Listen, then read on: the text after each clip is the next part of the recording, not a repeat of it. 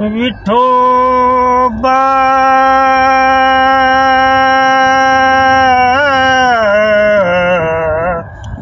विठोबा विठोबा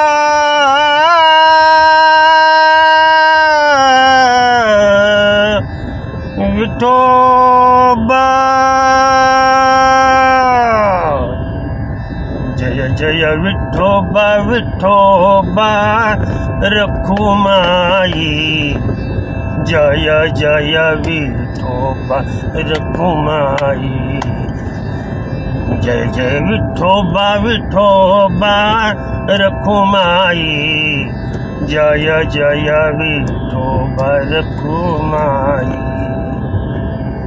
जय जय विठोबा रखुमाई जय जय विठोबा रखुमाई जय जय विठोबा रखुमाई जय जय विठोबा रखुमाई जय जय विठोबा रखुमाई जय जय विठोबा रखुमाई जय जय विठोबा विठोबा रखुमाई जय जय विठोबा रखुमाई जय जय विठोबा रखुमाई जय जय विठोबा रखुमाई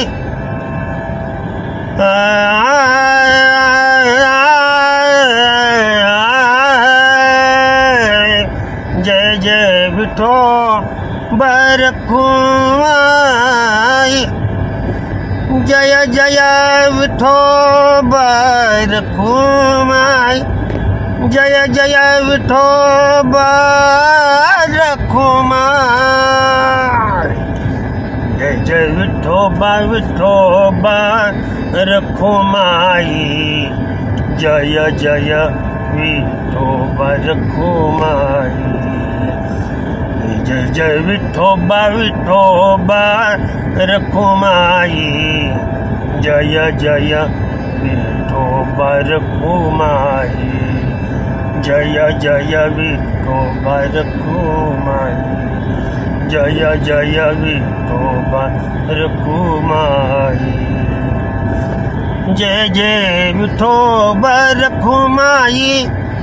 जय जय विठोबा रखुमाई जय जय विठोबा रखुमाई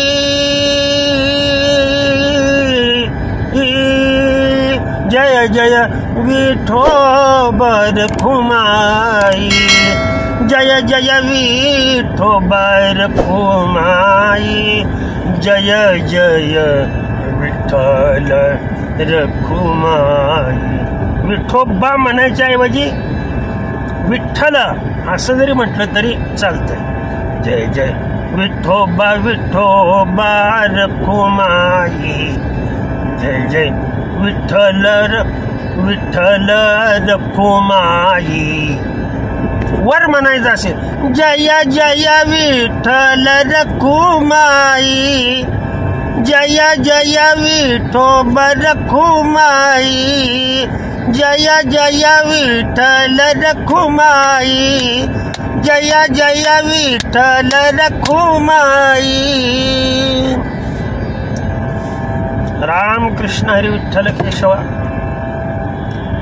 सर्वांना विठोबा रखुमाई हे भजन यावं अतिशय साधी सोपी आणि भगवंताचं नामस्मरण करताना असणारी आता कोणत्या रागातील चाल आहे